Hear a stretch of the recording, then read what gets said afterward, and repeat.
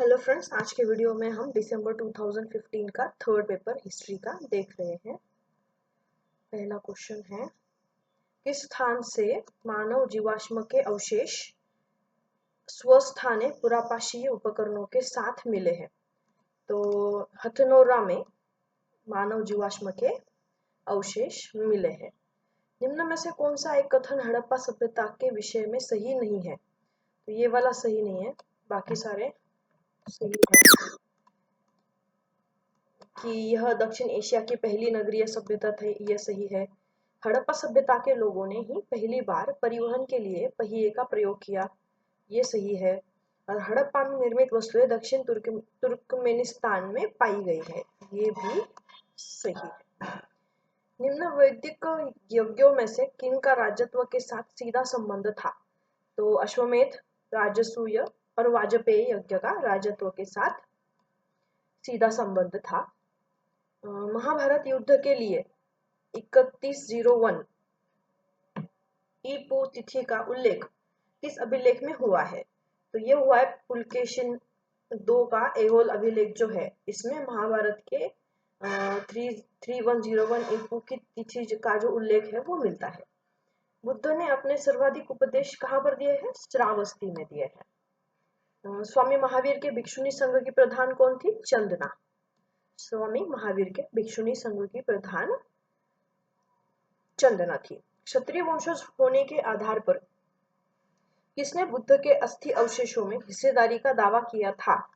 तो ये अजातशत्रु ने किया था। क्षत्रिय वंशज होने के आधार पर किसने बुद्ध के अस्थि अवशेषों में हिस्सेदारी दिखाई? अजातशत्रु ने दिखाई थी। इसमें क्रम लगाना है, तो सबसे पहले टीसीएस आए, टीसीएस, फिर प्लिनी, मतलब जो दिया है क्रम वही सही है कि टीसीएस आए, फिर मेगास्थनीज, फिर प्लिनी और फिर टॉलेमी। टीसीएस, मेगास्थनीज, प्लिनी और टॉलेमी, यही उनका क्रम है। निम्नलिखित में से किस संगम लेखक ने नंद शासकों के संचित धन का उल्लेख किया है? तो नंद शासकों का संचित धन जो बताया वो मामूल नाग ने बताया हुआ है, मामूल नाग। कौटिल्य अर्थशास्त्र के अनुसार निम्न में से कौन सिक्के के प्रचलन के लिए उत्तरदायी था? तो सिक्के के प्रचलन के लिए लक्षणाध्यक्ष प्रचलित था। तो ये क्वेश्चन भी रिपीट हो चुका है, क्योंकि ये क्वेश्चन जोड़ियां लगाने में आती है कि पाण्याध्यक्ष का कार्य क्या है, सौवर्णिक मतलब क्या है, अक्षपटलाध्यक्ष क्या कार्य करता है। तो उसी तरीके से सिक्के का प्रचलन लक्षणाध्यक्ष करता है। पाण्याध्यक्ष जो है वो मापतोल अध्यक्ष, मापतोल का अधिकारी होता है। अशोक के किस अभिलेख में राजा के कर्तव्य संबंधी उसके पितृवत विचार का उल्लेख मिलता है? तो अशोक के प्रथम पृथक कलिंग अभिलेख में राजा के कर्तव्य संबंधी पितृवत विचार हमें मिलते हैं। किसमें? प्रथम पृथक कलिंग अभिलेख में। स्नान किस प्राचीन भारतीय संस्कार का दूसरा नाम है? तो समावर्तन का नाम होता है स्नान, ये भी रिपीट हो चुका है। इसमें जन्म पूर्व और जन्म के बाद वाले जो संस्कार होते हैं, तो उसके बारे में क्वेश्चन पूछते हैं, जैसे कि पुंसवन होता है, तो ये स्नान मतलब समावर्तन। संगमकालीन लेखक प्राचीन बंदरगाह कावेरी पत्तन को निम्न नाम से जानते थे। तो संगम काल का जो एक बंदरगाह था कावेरी पत्तनम, उसको पुहार के नाम से भी जाना जाता था। अब इसको कैसे पूछ सकते हैं कि कावेरी पत्तनम ये क्या है? तो यह एक बंदरगाह का नाम है, या ये याद रखना पड़ेगा। फिर ऐसा भी पूछ सकते हैं कि कावेरीपत्तनम किस काल का बंदरगाह है? तो ये संगमकालीन बंदरगाह है, ऐसा भी हमको याद रखना पड़ेगा। अब इसमें जोड़ियां सम्मिलित करनी है, तो ग्रंथ और लेखक है, तो ये भी रिपीट हो चुका है। देखते हैं कि कुरल ग्रंथ जो लिखा है वो तिरुवल्लुर ने लिखा है। तिरुमुरे जो लिखा है वो नंबी अंडार नंबी ने लिखा है। शीलपद्दिकारम इलंगो अडिगल और मनी मेखले सप्तना। तो ये क्वेश्चन बहुत बार रिपीट हो चुका है, फिर से एक बार देख लेते हैं कि कुरल जो है वो तिरुवल्लुवर, तिरुमुरई, नंबी अंडार नंबी, शीलपद्दिकारम इलंगो अडियाल और मनी मेखले सप्तनार। एलिफेंटा की गुफाओं में बनी हुई है शैव मूर्तियां, एलिफेंटा की जो गुफाएं हैं वहां पे शैव मूर्तियां देखने को मिलती है। निम्न में से किस नरेश का जन्म उसके पिता के अभियानों के क्रम में एक सैनिक छावनी में हुआ है?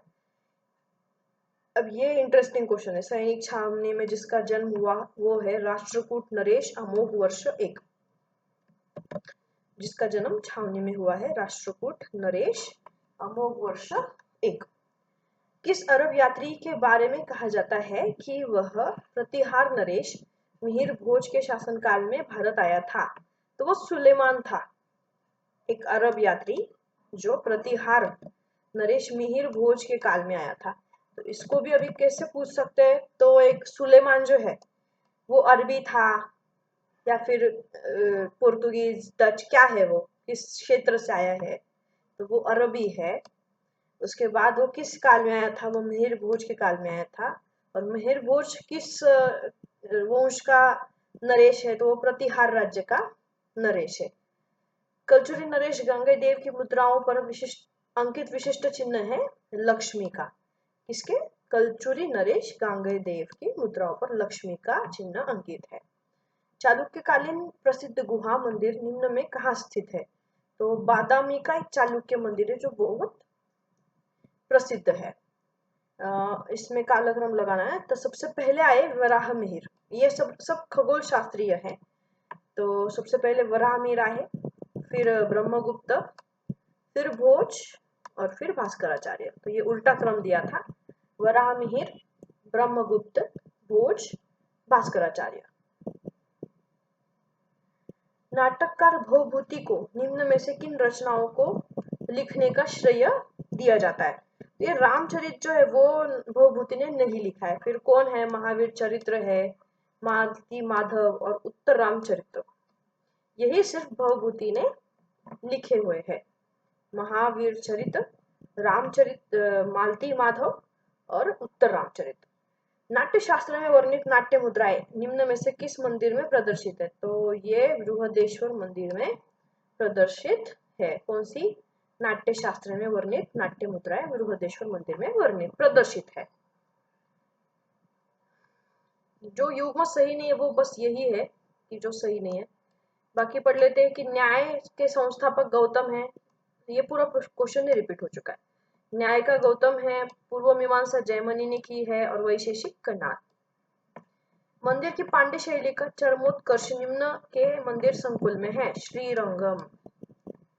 इसमें सब सही है। तो पढ़ लेते कि वीरशैव संप्रदाय जाति प्रथा तथा ब्राह्मण पुरातन पंथ के विरुद्ध एक क्रांतिकारी आंदोलन बन गया था, कारण इसके संस्थापक बसवेश्वर स्वयं ब्राह्मणेतर वर्ण के थे। तो हमको इसमें ये भी याद रखना पड़ेगा कि वीरशैव संप्रदाय की स्थापना बसवेश्वर ने की है। ये भी क्वेश्चन रिपीट हो चुका है। इसमें सुमिलित करनी है और ये भी क्वेश्चन रिपीट हो चुका है। देखते हैं लेखक और स्रोत। तो वाचस्पति जो लिखा है वो है विवाद चिंतामणि। वाचस्पति विवाद चिंतामणि। फिर रघुनंदन ने जो लिखा है वो स्मृति तत्व। कमलाकर भट्ट निर्णय सिंधु और मित्र मिश्र वीर मित्रोदय। फिर से देख लेते हैं एक बार। वाचस्पति विवाद चिंतामणि, रघुनंदन स्मृति तत्व, कमलाकर भट्ट निर्णय सिंधु और मित्र मिश्र वीर मित्रोदय।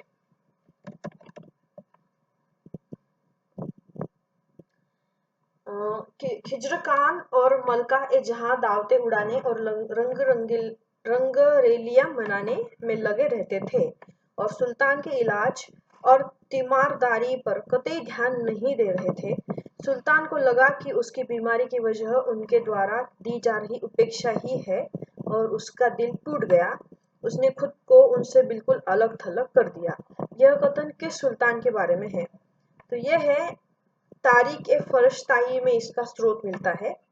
ये पूरे लाइनों का जो स्रोत है वो तारीख ए फरिश्ता है और ये अलाउद्दीन खिलजी के बारे में है। अलाउद्दीन खिलजी के बारे में। जो सही नहीं वो ये है। बाकी पढ़ लेते हैं कि फक्र ए मुदब्बिर, आदाब उल हर्ब व शुजात, मोहम्मद कबीर, अफसाना ए शहान और जियाउद्दीन बर्नी फतवा ए जहांगीरी। ये क्वेश्चन रिपीट हो चुका है। ये शरारती लोग अपने खजाने से कभी पैसे नहीं खर्च करते। वे अपनी अधीन रहने वाले कमजोर और गरीब किसानों से बलपूर्वक धन ले लेते हैं। ये अपने इस कथन के लिए कौन मशहूर है? तो जो फरीद है, जिसका बाद में नाम पड़ा शेर शाह, तो इसने ये बताया है। तो हमको ये भी पता होना चाहिए, ये स्टेटमेंट तो फरीद का है, लेकिन फरीद का फिर बाद में नाम शेर शाह भी पड़ा था, ये भी हमको पता होना चाहिए। तो इसमें भी सम्मिलित करना है। तो ये जो अधिकारी है उनको क्या कहते थे मुगल काल में? तो देखते हैं, अमीर ए हजीब जो होता है वो मुख्य प्रबंधक होता है। ये क्वेश्चन पूरा रिपीट हो चुका है। आमिर ए हजीब जो है वो मुख्य प्रबंधक होता है। मीर ए अर्ज होता है सेना, केंद्र में सेना का प्रमुख। मुशरिफ कौन होगा? लेखाकार होगा। जो वाकनवीस होता है ना, मराठा सल्तनत में एक वाकनवीस होता था, वैसे ही मुगल पीरियड में एक मुशरिफ होता था, लेखाकार। और एक बरीद जो है वो गुप्त अधिकारी है। बरीद वाला तो काफी बार पूछ चुके हैं वो, तो बरीद इज गुप्तचर अधिकारी। विजयनगर राज्य इस्लाम के विरुद्ध हिंदू वर्णाश्रम धर्म के रक्षक के रूप में गौरवान्वित था, लेकिन उसके प्राथमिक शत्रु हिंदू राजे महाराजे ही थे और शहर के भीतर एक तुरुष्क आवास, एक मस्जिद तथा मुस्लिम मकबरा बना हुआ था। अपने भव्य वास्तुशिल्प, सैन्य संगठन और शहरी मिजाज में वह कई अर्थों में हिंदू के बदले किसी मुस्लिम राजधानी की तरह लगता था। ये उदाहरण बर्टन स्टाइन का है। बर्टन स्टाइन ने विजयनगर के बारे में काफी लिखा है।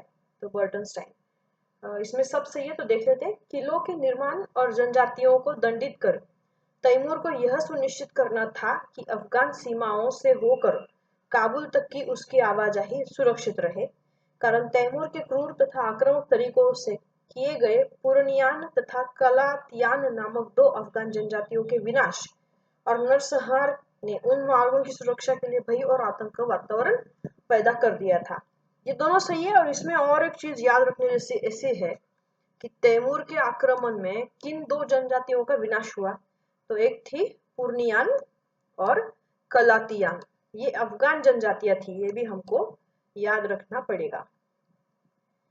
कौन सा सही नहीं? तो ये सही नहीं। बाकी पढ़ लेते कि चैतन्य के अनुसार पूजा में प्रेम और भक्ति तथा गीत और नृत्य सम्मिलित है, जो हर्षोन्माद की अवस्था प्रदान करते हैं, जिसमें भगवान हरि की उपस्थिति को महसूस किया जा सकता है। अब्दुल वाहिद बिलग्रामी का हकायत हिंद वैष्णव संतों के भक्ति गीतों का सूफियों पर प्रभाव दर्शाता है।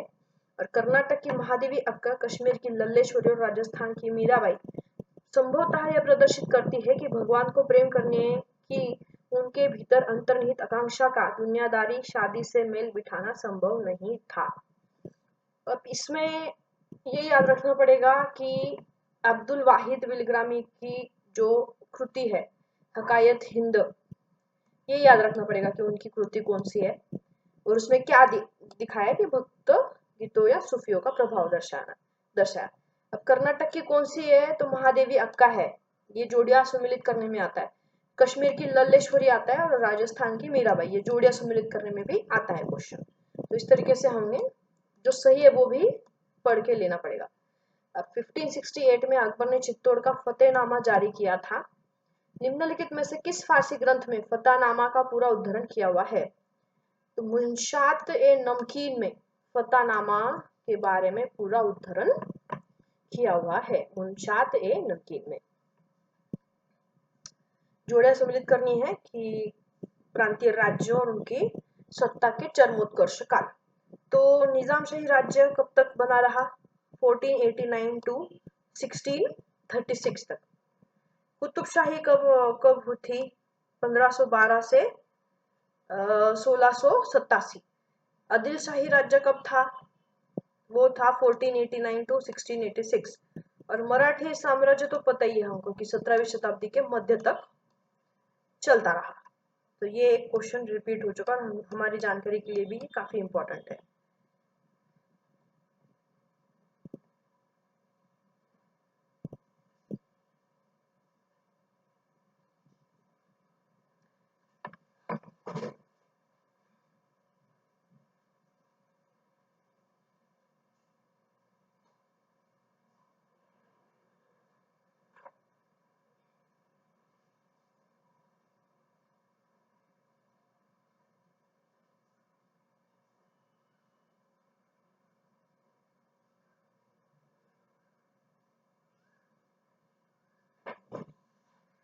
मुख्य काजी कब शाही कैंप के साथ चलता था तो कहलाता था काजी अस्कर। ग्राम्य समुदाय के संदर्भ में निम्नलिखित में से कौन सा वक्तव्य सही नहीं है? तो पहला ही नहीं है, बाकी सारे सही है कि ग्राम समुदाय आंतरिक विरोधाभास और अंत शोषण से भरा हुआ था, ये सही है। उच्च वर्गीय किसान उत्तर भारत में खुद काश्त, राजस्थान में घरूला और महाराष्ट्र में मिरासदार के नाम से जाने जाते थे। ये भी हमको पता होना चाहिए कि उच्च वर्गीय किसान को क्या क्या नाम से जाना जाता था। तो भारत में खुद काश्त थे, उत्तर भारत में खुद काश्त, राजस्थान में घरूहला और महाराष्ट्र में मिरासदार। ये कौन थे? उच्च वर्गीय किसान थे। और निम्न वर्गीय जनसंख्या फसल के समय खेतों में काम करने के लिए सुरक्षित थी, उनसे बेगार भी करवाई जाती थी। 1574 में अकबर ने अमीरों, नौकरशाहों और सैन्य अधिकारियों को मनसब आवंटित कर उन्हें एकल सेवा तंत्र में बदल दिया। यह मनसब किसी अधिकारी के पद, वेतन और सैन्य दल के आकार को इंगित करता था। व्यवहारिक स्तर पर कुछ बहुत छोटे या धर्म अधिकारियों को छोड़कर सरकार के सभी शेष अधिकारी मनसबदार थे और किसी अधिकारी की पदोन्नति या पदोन्नति इस तथ्य से निर्धारित होती थी कि उसके अधीन कितने मनसब बढ़ाए या घटाए गए हैं। ये दोनों से व्याख्या भी सही है। निम्नलिखित में से कथन सही नहीं, जो ये सही नहीं है, बाकी पढ़ लेते कि फतेहपुर सिकरी मेहराबदार और धतनी स्तंभदार शैलियों का कौशलपूर्ण सम्मिश्रण है। आगरे के किले और फतेहपुर सिकरी शहर के निर्माण में लाल बलुआ पत्थर प्रमुख सामग्री थी। अकबर का अपना स्वयं का मकबरा सिकंदरा में उसके बेटे जहांगीर द्वारा बनाया गया था। ये सारे सही है। निम्नलिखित में से कौन सी इमारत प्रेरणा में ईरानी और क्रियान्वयन में भारतीय है? वो है हुमायूं का मकबरा। हुमायूं का मकबरा प्रेरणा में ईरानी, लेकिन क्रियान्वयन में भारतीय है हुमायूं का मकबरा। झरोखा दर्शन बादशाह के दर्शन से दिन की शुरुआत करना, देवीय आशीष को हस्तांतरित करने का प्रतीक है। दर्शनीय संप्रदाय इस नाम से इसलिए जाना जाता है क्योंकि वे बादशाह के दर्शन से अपने दिन की शुरुआत करते हैं। इसमें व्याख्या सही नहीं है, लेकिन स्टेटमेंट दोनों सही है। संबंधित जो नहीं है वो ये है, पढ़ लेते हैं कि मूर्तिकला की तुलना में चित्रकला को लेकर मुसलमानों का रुख अपेक्षाकृत कम सख्त था। ये सही है। हिंदुस्तान से बाहर के मुसलमानों के बीच विशेषकर निजी भवनों की दीवारों पर चित्रकारी करने की प्रथा पहले से मौजूद थी। ये सही है। मुगल बादशाहों ने लघु चित्रों की जिस कला को संरक्षण और बढ़ावा दिया वह असल में आरंभ में ईरानी चित्रकला की एक शाखा थी, जिसमें रेखाओं पर जोर होता था, ब्योरों की बारीकी पर काफी ध्यान दिया जाता था और संदर्भ के प्रति सुचिंतित निरपेक्षता होती थी। ये पहले तीनों भी सही है। तैमूर के आक्रमण के बारे में बस ये सही नहीं है, बाकी पढ़ लेते कि तैमूर के कुशल कारीगरों ने सिंधु नदी पर एक पीपों का पुल बनाया जिसे 21 सितंबर 1398 को पार किया गया। ये सही है। सॉल्ट रेंज कोह ए जुड़ी के मुकदमों और रायों में तैमूर को अपना इलाका पार करने में मदद की और उसका अनुग्रह प्राप्त किया। शरफुद्दीन अली यजदी ने भारत पर तैमूर के आक्रमण का औचित्य साबित करने के लिए यह तर्क दिया है कि दिल्ली की केंद्रीय सत्ता हालांकि मुसलमानों के हाथ में थी, वह कमजोर थी। वतन जागीर एक आम शब्दावली है, इसका भू राजस्व किसका हिस्सा था? वतन जागीरदारों की आय का भाग था। इरफान हबीब ने किंग्सले डेविस के अनुमान कि मुगल भारत की जनसंख्या 1600 से 1750 तक 125 मिलियन पर स्थिर रही को यह तर्क देते हुए अस्वीकार किया कि किंग्सले शायद ब्रिटिश शासन के लाभ के लिए अति उत्साह में बह गया। कौन सा सही नहीं? तो ये सही नहीं, बाकी पढ़ लेते हैं कि अकबर के दरबार में जो पहला साहित्यिक कार्य हुआ वह उसके दादा द्वारा रचित बाबरनामा का फारसी में अनुवाद था। ये सही है। बाबरनामा का अनुवाद अब्दुल रहीम खान ए खाना ने किया था, जो बैरम खान के पुत्र तथा तुर्की भाषा के कवि थे। ये सब याद रखना है और ये रिपीट भी हो चुके क्वेश्चंस। हिंदवी को सुर सुल्तानों 1540 से 55 द्वारा अर्ध सरकारी भाषा का दर्जा दिया गया। बताया जाता है कि यह प्रथा लोधी सुल्तानों ने शुरू की थी। बाबर कहता है कि ज्यादातर अफगान फारसी नहीं बोल पाते थे। ये भी सही है। इसमें जुड़िया लगानी है कि फारसी किताब और उनके क्षेत्र। तो खुलासत उल तवारी किस क्षेत्र से जुड़ी है? बंगाल और उड़ीसा। मिरात उल हकीकत गुजरात, दिल्ली, आगरा। रियासत अल सलातीन बंगाल, बिहार, उड़ीसा। और तुहफात अल किराम सिंध।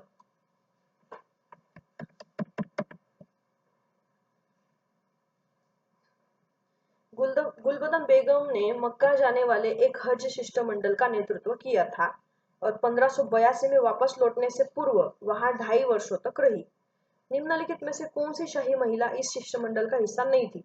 हमीदा बानो बेगम जो है उसकी नहीं थी। बाकी कौन कौन थे उसमें हज शिष्टमंडल में? गुलबदन बेगम के मक्का जाने वाले एक हज शिष्टमंडल का भाग थे सलीमा सुल्तान बेगम, गुलनार आगा और उम्म कुलसूम खानम। ये सब उनके हिस्से थे, लेकिन हमीदा बानो बेगम नहीं थी।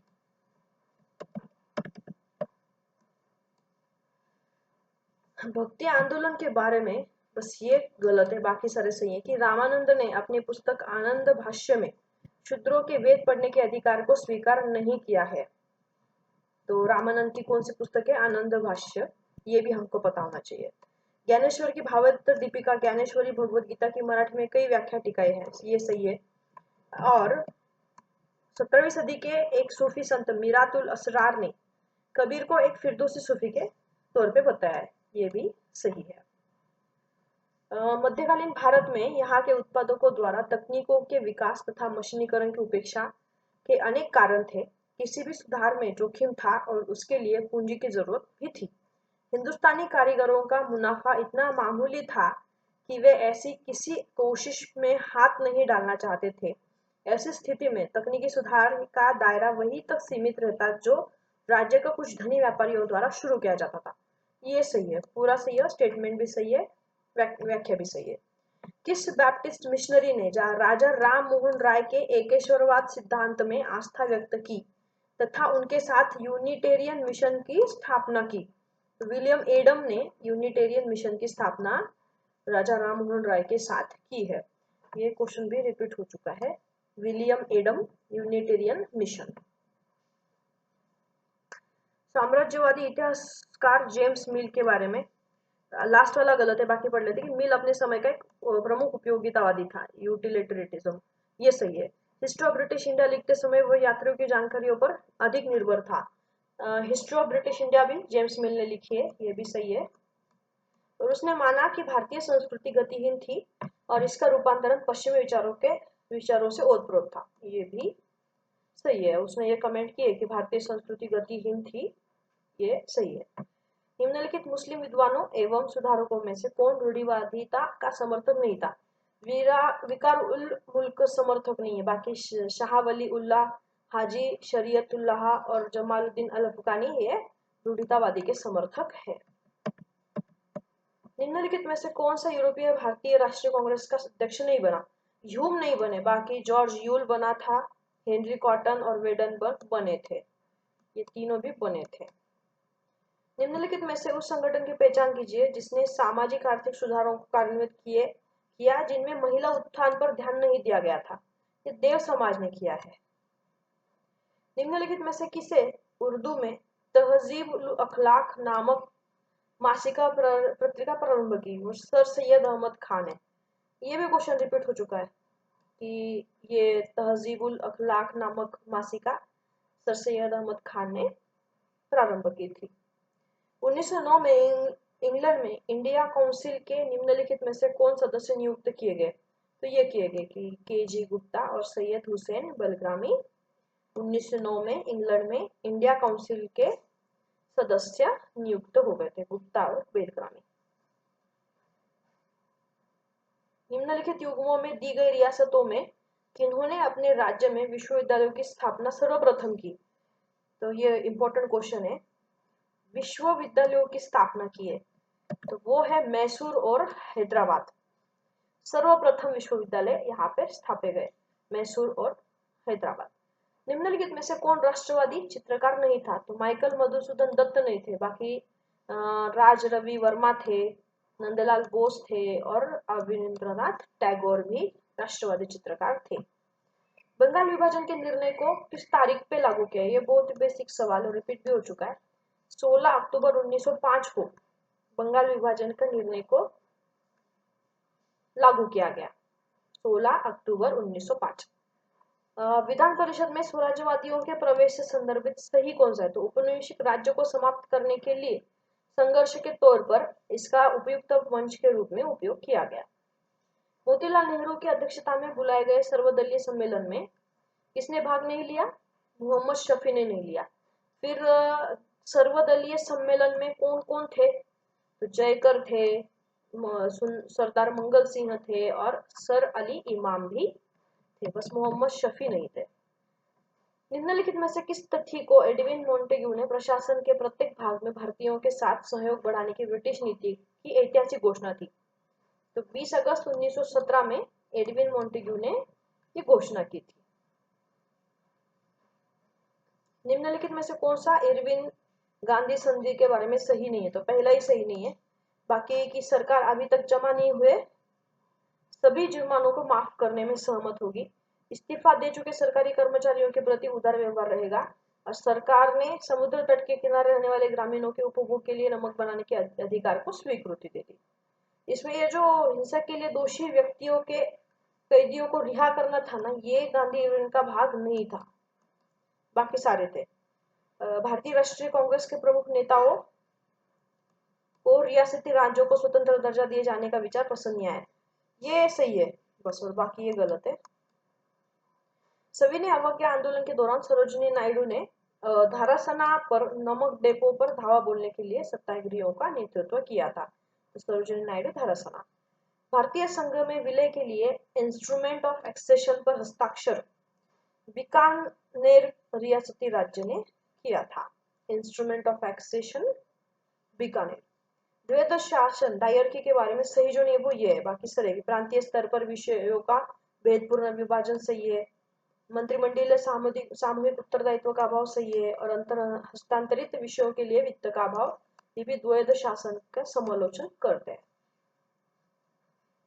आर्थिक इतिहासकार के रिएक्टर सारणी पर मापा गया अब तक का सबसे व्यापक भूचाल, ये था द ग्रेट डिप्रेशन। अब इसमें लेखन की विचारधारा और इतिहासकार, तो आर पामे दत्त जो है वो मार्क्सवादी है, रंजीत गुहा उपाश्रयी, हंटर जो है वो साम्राज्यवादी है और डी बसु जो है वो राष्ट्रवादी है। किस धर्म संदर्भ में सर्वोच्चता संबंध का उपयोग किया गया? पैरामाउसी ना, सर्वोच्चता। तो ब्रिटिश ताज और भारतीय रियासती राजाओं के बीच संबंध का वर्णन करने के लिए सर्वोच्चता का शब्द प्रयोग होता है। भारतीय संविधान में राष्ट्र नीति के निर्देशात्मक सिद्धांत की अवधारणा आयरलैंड से ली है। ये क्वेश्चन रिपीट हो चुका है, देख लेते। राज्य नीति निर्देशात्मक सिद्धांत, राष्ट्र नीति के निर्देशात्मक सिद्धांत आयरलैंड से लिए हैं। जैक्स डेरिडा की विनिर्माण की पद्धति का मेथड ऑफ डिकंस्ट्रक्शन मुख्य रूप से ऑफ ग्रामेटोलॉजी में प्रस्तुत किया गया है। जैक्स डेरिडा का डिकंस्ट्रक्शन जो सिद्धांत है वो ऑफ ग्रामेटोलॉजी में बताया गया है। निम्नलिखित में से कौन एक उत्तर आधुनिकतावादी समालोचक नहीं है? ये हेडन वाइट नहीं है, बाकी जैक लुकान, मिशेल फुको और जैक्स डेरिडा ये उत्तर आधुनिकतावादी है, पोस्ट मॉडर्निस्ट है ये। इतिहास लेखन के संदर्भ में डी कोशाम्बी का सही नहीं है, तो बस यही सही नहीं है, बाकी सारे सही है। उनका लेखन एक पद्धति को प्रतिबिंबित करता है जो समाज विज्ञान, मानव विज्ञान और पुरातत्व के साथ ऐतिहासिक अन्वेषण को जोड़ता है, ये सही है। उन्होंने राजवंशी तालिकाओं और विजयों के अभिलेखों का अस्वीकार कर दिया, ये भी सही है। और वह उत्पादन की पद्धतियों एवं सामाजिक संगठन के प्रकारों में अधिक रुचि रखता था, ये भी सही है। Thank you.